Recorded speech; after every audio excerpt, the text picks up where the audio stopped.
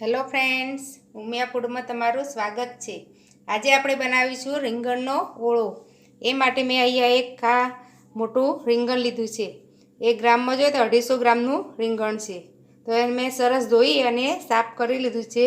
હવે એના આપણે આ પોખડો હોય એ કાપી નાખીશું।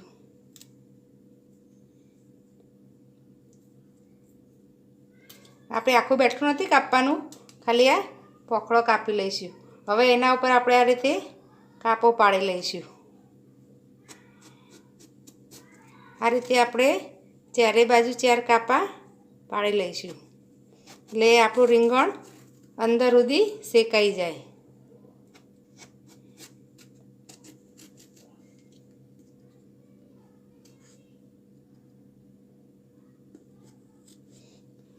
હવે આને આપણે શેકવા મેલીશું। મેં અહીંયા ગેસ સળગાવી એના ઉપર એક જાળી મૂકી છે। જાળી ઉપર આપણું આ રીંગણ મૂકી દઈશું। જો તમારી જાળી ના હોય તો તમે એમ પણ જાળી વગર પણ શેકી શકો। આ રીતે આપણે ફેવરી જઈ અને આખું રીંગણ સરસ શેકાય ત્યાં સુધી રાખીશું એને। આ રીતે આખું રીંગણ આપણે ફેવરે જવાનું।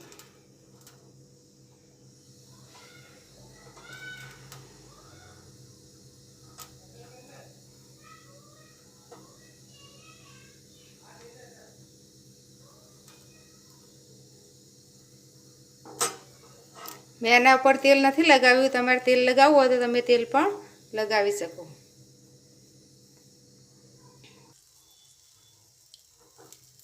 આ રીતે આપણે ફેવરી આખું રીંગણ શેકી લઈશું।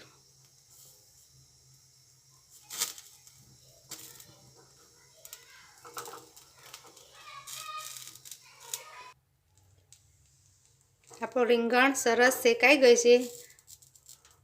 હવે એને આપણે એક પ્લેટમાં લઈ લઈશું અને ઠંડો થવા દઈશું। હવે આપણે રીંગણને સોલી લઈશું।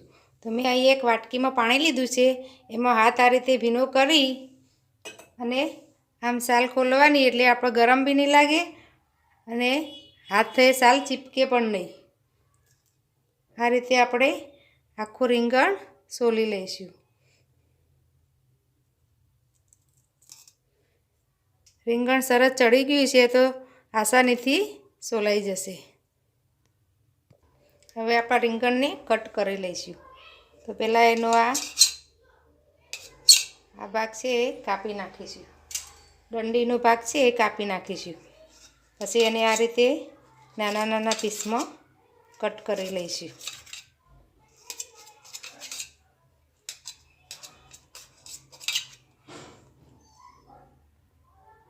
હવે આને આપણે આ મેસરની મદદથી ક્રશ કરી લઈશું।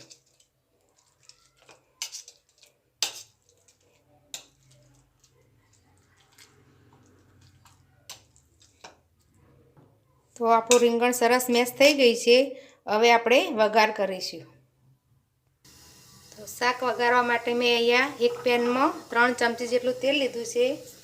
તેલ ગરમ થાય એટલે એમાં આપણે રાઈ નાખીશું।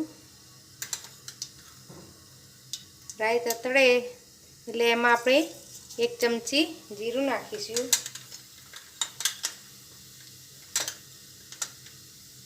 અને 5 ચમચી જેટલી હિંગ નાખીશું। જીરા સરસ તતડી જાય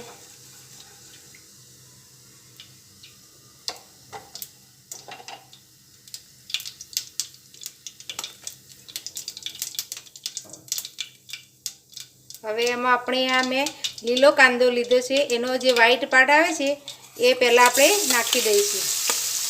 જો તમારી જોડે લીલો કાંદો ના હોય તો તમે સૂકો કાંદો પણ લઈ શકો।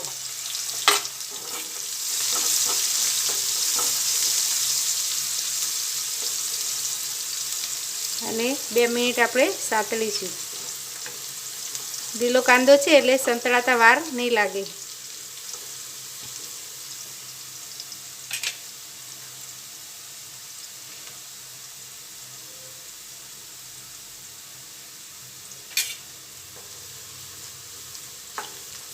અંદર થોડો સંતળાઈ ગયો એટલે હવે એમાં આપણે લીલું લસણ નાખીશું. મેં મોટી 3 ચમચી જેટલું લીલું લસણ લીધું છે, એ એમાં નાખી દઈશું અને એને પણ સંતળાવા દઈશું.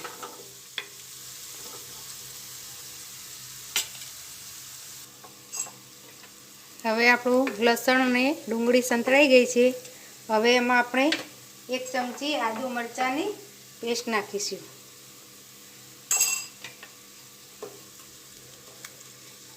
એને પણ આપણે સાંતળી લઈશું. હવે એમાં આપણે જે આ ડુંગળીનો ગ્રીન પાર્ટ હતો એ આપણે નાખી દઈશું.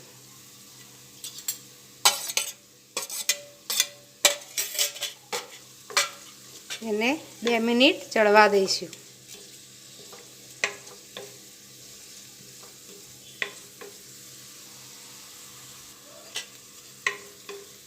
હવે આ ડુંગળી પણ સંતળાઈ ગઈ છે. ડુંગળીના ગ્રીન પાર્ટને સંતળાતા બહુ વાર નથી લાગતી.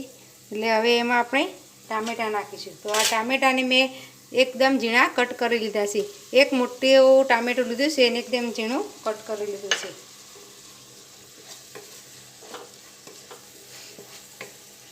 હવે ટામેટું ગળે ત્યાં સુધી આપણે ચડવા દઈશું.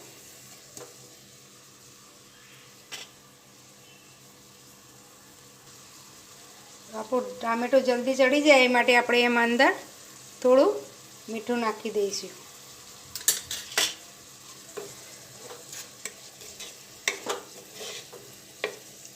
અને મિક્સ કરી અને 2 મિનિટ ચડવા દઈશું. તો 3 મિનિટ જેવું થઈ ગયું છે. હવે આપણું ટામેટું ગળવા લાગ્યું છે. હવે એમાં આપણે મસાલા કરીશું. 1 ચમચી જેટલો ધાણા જીરું પાવડર નાખીશું. અડધી ચમચી જેટલું લાલ મરચું પાવડર નાખીશું. અને 1 ચપટી જેટલી જ હળદર નાખીશું. અને મીઠું આપણે પહેલાં નાખ્યું છે તો એ રીતે આપણે થોડું જ મીઠું નાખીશું. આ બધું સરસ મિક્સ કરી લઈશું.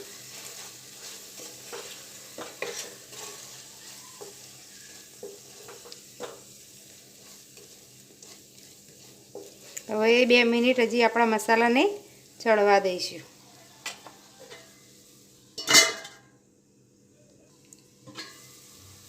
હવે આપણો મસાલો સરસ સંતળાઈ ગયો છે. તો એમાં જે આપણે આ રીંગણને ક્રશ કરીને રાખ્યું છે એ અંદર એડ કરી દઈશું.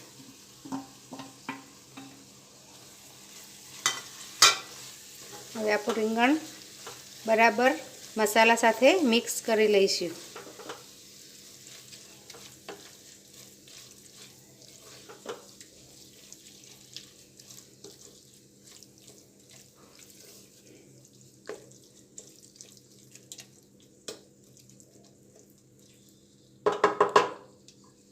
હવે આને ચડવા દઈશું ઢાંકણ ઢાંકીને. હવે આપણે વચ્ચે વચ્ચે હલાવતા રહીશું. એમાં આપણે 2 મોટી ચમચી જેટલા લીલા ધાણા નાખીશું. અને મિક્સ કરી અને ફરી પાછું આપણે 2 થી 3 મિનિટ સુધી ચડવા દઈશું.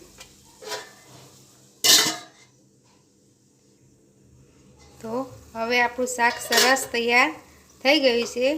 તો એને આપણે સર્વ કરશું. હવે આપણે શાકના બાઉલમાં કાઢી લઈશું.